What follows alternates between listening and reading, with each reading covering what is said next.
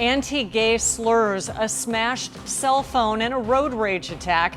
How a San Diego man says he went shopping and then ended up with a swollen eye. The University of San Diego wraps up an investigation into the college admission scandal, what it discovered about who was involved. Plus, where police in the South Bay are turning in the hopes of making an arrest tied to a 20-year-old cold case murder. But first. What do we want? An extremely tense afternoon unfolding outside the Chula Vista Library. It happened after a suspected anti-LGBTQ hate group protested a program for drag queens who read to children. And our 10 News reporter John Horn was there. You were there when police had to step into this thing too. They did twice, actually, and that was just at the microphone. Police also kept a close watch after the speakers were done at the podium. The tempers flared over a program supporters say is meant to teach children tolerance, but the other side accused the drag queens of trying to influence sexuality at an age too young. How dare anybody? We want to protect children. We want to protect our culture. That's not hate, that's love. Arthur Schopper spent about an hour Thursday blasting a program for drag queens to read to children. Adult entertainers as role models? Why not porn stars? Schopper heads the California chapter of Mass Resistance. The Southern Poverty Law Center has labeled it an anti-LGBT hate group. About 20 others joined him outside the library. We aren't repeating some of Schopper's statements because many viewers would find them offensive, as did counter-protesters who came to fight back. Police stepped in shortly after this exchange. So tell me, what is it, ma'am? You are a bigot because you want to shut me down just like you're trying to do right now. You are a bigot. The battle Thursday was over a program called Drag Queen Story Hour, in which drag queens read to children at the library. Supporters say it helps teach tolerance and self-confidence. But they have not even stopped to talk to these performers, these people, these human beings who just happen to also be drag queens. Stephanie York, whose 16-year-old son is transgender, told Schopper her family was not his concern. Are you a family man? Yes, I am. Then why aren't you with your children protecting them? I'll tell you why, because I had to give up having one family to protect others. Dennis Hodges, a pastor in Lemon Grove, came to oppose Drag Queen Hour, but said he regretted how tensions escalated. I don't scream and holler at people. I don't expect them to scream and holler at me. By 2 p.m., most of the demonstrators and police had cleared out. Schopper was asked about the Southern Poverty Law Center designation. He called the center a, quote, fundraising smear machine. As it stands, Drag Queen Reading Hour is set for September 10th at 4 p.m. at the Otay Ranch Library. John Horn, 10 News. Could get interesting. All right, thank you, John. A U.S. Coast Guardsman could be tried for murder here in San Diego. Right now, Seaman Ethan Tucker is being held in the brig at Miramar, charged with the death of a fellow Coast Guardsman in Alaska back in January.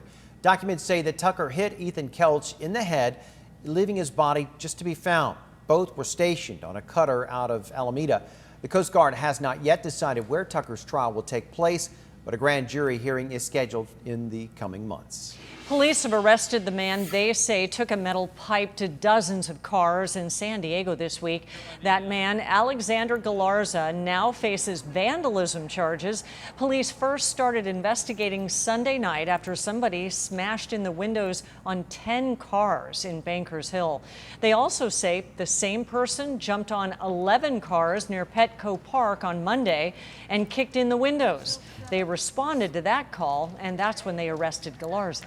A Marine Corps veteran is back in the United States tonight after getting deported almost 2 decades ago. Joaquin Aviles crossed the San Ysidro port of entry just this morning, where family waited with smiles and hugs. Aviles, who first came to the U.S. as an infant, was deported in the late 90s and twice tried to re-enter the country illegally. Now he's back thanks to help from the Deported Veterans Legal Services Project, which connected him to immigration attorneys. The same guy that's grabbed my phone punched me in the face on this side. A shopping trip in City Heights ended with a flurry of anti-gay slurs and a road rage attack.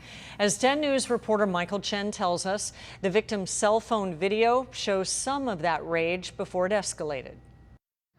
This is when Marco Aguirre started recording Tuesday afternoon, when the fear crept in. Like a survival mode. Just an hour earlier, it was shopping mode. He bought some tortillas at a shop on University Avenue, and as he went to pull out, Back out and I light bumped the car behind me. Aguirre says he saw two men emerge from a red sedan, agitated. Aguirre apologized, offering to show his insurance, but The driver came on my driver's side and then the passenger came on this side, and both of them were screaming. with his cell phone, Aguirre, who is openly gay, capturing the profanities, including a string of anti-gay slurs. Aguirre was frozen. I feel terrible. He says the insults went on for 15 minutes before he decided to get out of the car to assess the damage. I see no damage on my truck. I see no damage in their vehicle. Aguirre says when he stepped onto the sidewalk, he was attacked. One of the guys grabs my phone and smashed it in the sidewalk.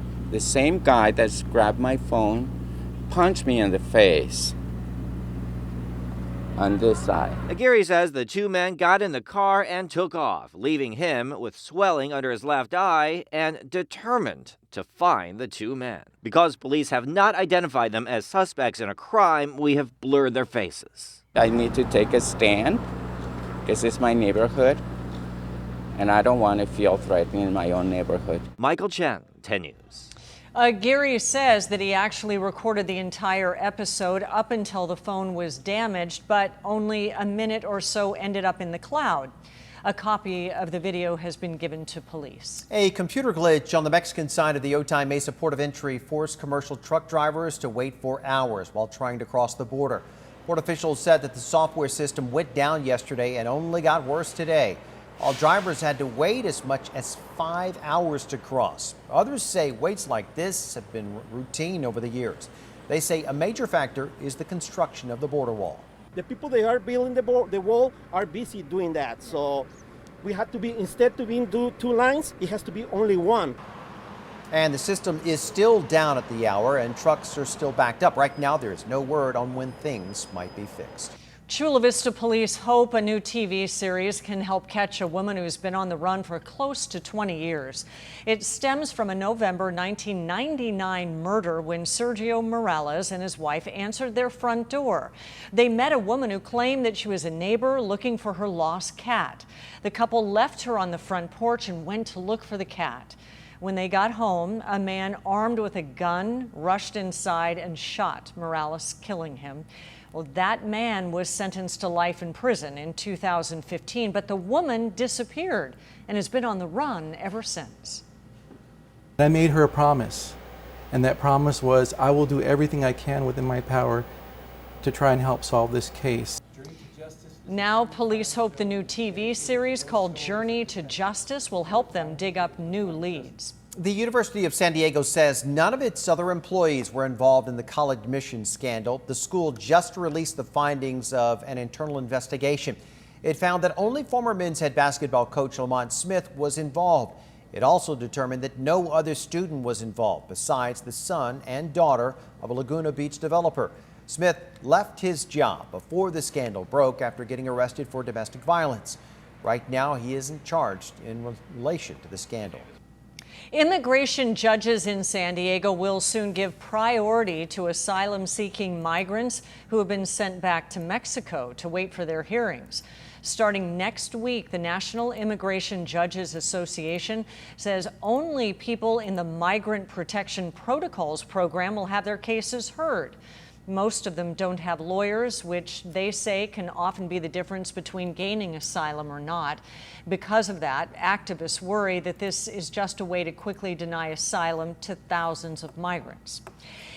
Independent contractors rallied for better job security under a proposed state bill today. That bill would reclassify so-called gig workers as full-time employees. That would open the door to overtime, minimum wage, and the right to unionize.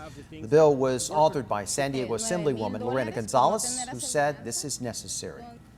When you realize how much the state loses and how much middle-class taxpayers are really burdened by the fact that these large companies that are doing just fine are not paying their fair share. Opponents say that bill would strip independent workers of their flexibility in their schedule. That bill goes up for a vote in the state assembly tomorrow.